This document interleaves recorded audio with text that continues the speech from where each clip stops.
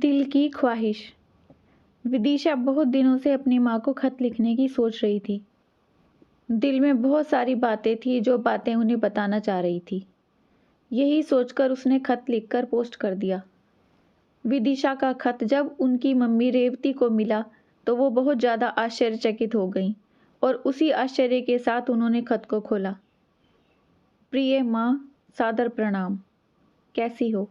खत पाकर आप बहुत ज़्यादा आश्चर्यचकित हो गई होंगी। यह मैं आपसे 1000 मील दूर रहकर भी महसूस कर रही हूँ। आप सोच रही होंगी फ़ोन में तो आपके साथ रोज़ ही बातें होती हैं, फिर ये खत लिखना क्यों?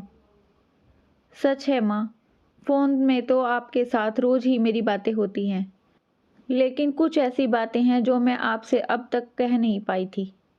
वही कहने के लिए ये खत लिख रही हूँ। बचपन में मेरी माँ हमेशा मुझे एक बात कहा करती थी, अगर किसी की कोई बात तुम्हें अच्छी लगे और कोई तुम्हारा भला करे तो उसको धन्यवाद देना कभी मत भूलना। जिंदगी अनिश्चितताओं से भरी हुई है, आज है तो कल नहीं, बाद में कभी अफसोस न रह जाए। इसीलिए सही समय रहते ही अपने शुभचिंतकों तक अपने मन के भावों को धन्यवाद के रूप में पहुंचा देना चाहिए। मैं तहे दिल से आपको शुक्रिया करती हूँ उस सब के लिए जो अपने दिल से मेरे लिए किया।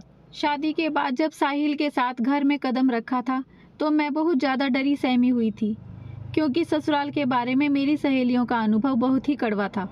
ससुराल के बारे में सहेलियों से जो सुन रखा था, खासकर सास के बारे में, कि शादीशुदा जिंदगी में सास सबसे बड़ी फांस होती है।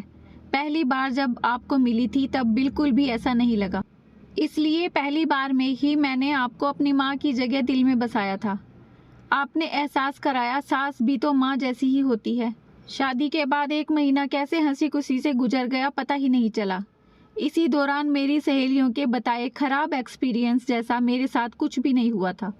कब आप मेरी बहुत अच्छी दोस्त बनकर दिल के करीब आ गई थी पता ही नहीं चला था। लेकिन साहिल जब लंदन लौट कर गए और मेरा वीज़ा क्लियरेंस नहीं होने की वजह से मुझे आप लोगों के साथ ही रह जाना पड़ा था, तब सोच रही थी कि साहिल के बिना आप लोगों के साथ मेरा रहना मुश्किल होगा। तब मैंने सोचा था कि मैं मायके वापस चली जाऊंगी, लेकिन पापा ने कहा कुछ दिन आप लोगों के साथ रह जाऊं, तब उनके पास आऊं, क्योंकि साहिल के चले जाने से आप सबका मन खराब होगा और अगर मैं भी अभी पापा के पास चली जाऊं तो आप लोगों को अच्छा नहीं लगेगा। तब पापा की बात मानी और वहीं रुक गई थी। साहिल जिस दिन लंदन वापस लौट गए, उस रात टेंशन में मैं सो नहीं पाई थी कि आप लोगों के साथ कैसे 6 महीना गुजारूंगी। नींद ना आने के कारण सुबह ही उठकर मैं गार्डन में आ गई तो देखा आप बागवानी कर रही थी। मुझे देखते ही आपने मुस्कुराकर कहा, नींद नहीं आई साहिल के बिना? उदास लग रही हो। उसके बाद आपने मुझे अपने पास बुलाकर सर पर हाथ फेरते हुए प्यार से इधर उधर की बातें करके मेरे मन की पीड़ा को दूर कर दिया था। आपने पेड़ पौधे फूल पत्तियों को लेकर बातें करना शुरू किया। आपकी पेड़ पौधों के बारे में जानकारी को देखकर मैं हैरान हो गई थी। उसके बाद तो आपके साथ रहते रहते मुझे भी पेड़ पौधों से प्यार हो गया था। हर दिन थोड़ा थोड़ा करके मैं आपके और नज़दीक से पहचान कर रही थी। मैं देखती थी कैसे हर तरफ आपकी पारखी नज़र रहती है, वह घर हो या पड़ोसियों की तरफ। और तो और घर में काम करने वाले लोगों के प्रति भी आपकी दया भावना देखकर बहुत अच्छा लगता था। साहिल के साथ ना रहने का दुख तो था, मगर आप लोगों के साथ रहना भी मुझे बुरा नहीं लग रहा था।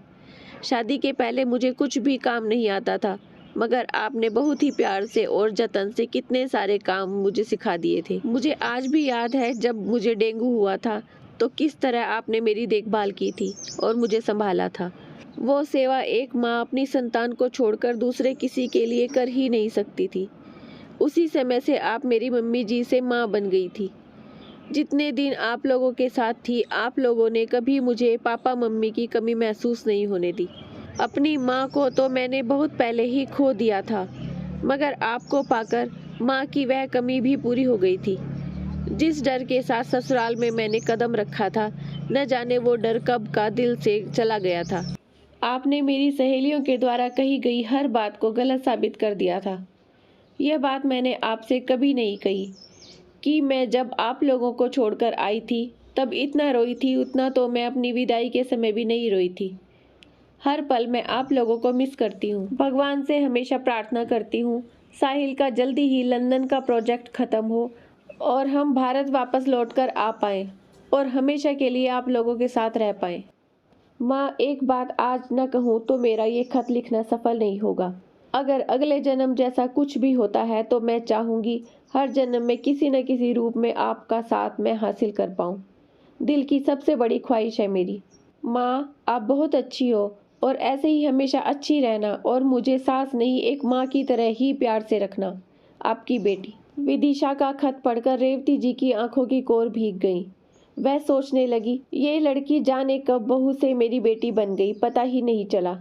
एक लड़की की तमन्ना उन्हें पहले से ही थी, मगर किस्मत से वह एक पुत्र संतान की मां बनी। उसके बाद बहुत प्रयासों के बाद भी दूसरी बार संतान प्राप्त नहीं कर पाई तो मन में एक बेटी की इच्छा अधूरी ही रह गई। बताना पड़ेगा कि तुम भी कभी बहू मत बनना, हमेशा मेरी बेटी ही बने रहना। मैं भी चाहती हूँ कि अगले जन्म तुम मेरी बहू नहीं बेटी बनकर मेरे पास आओ।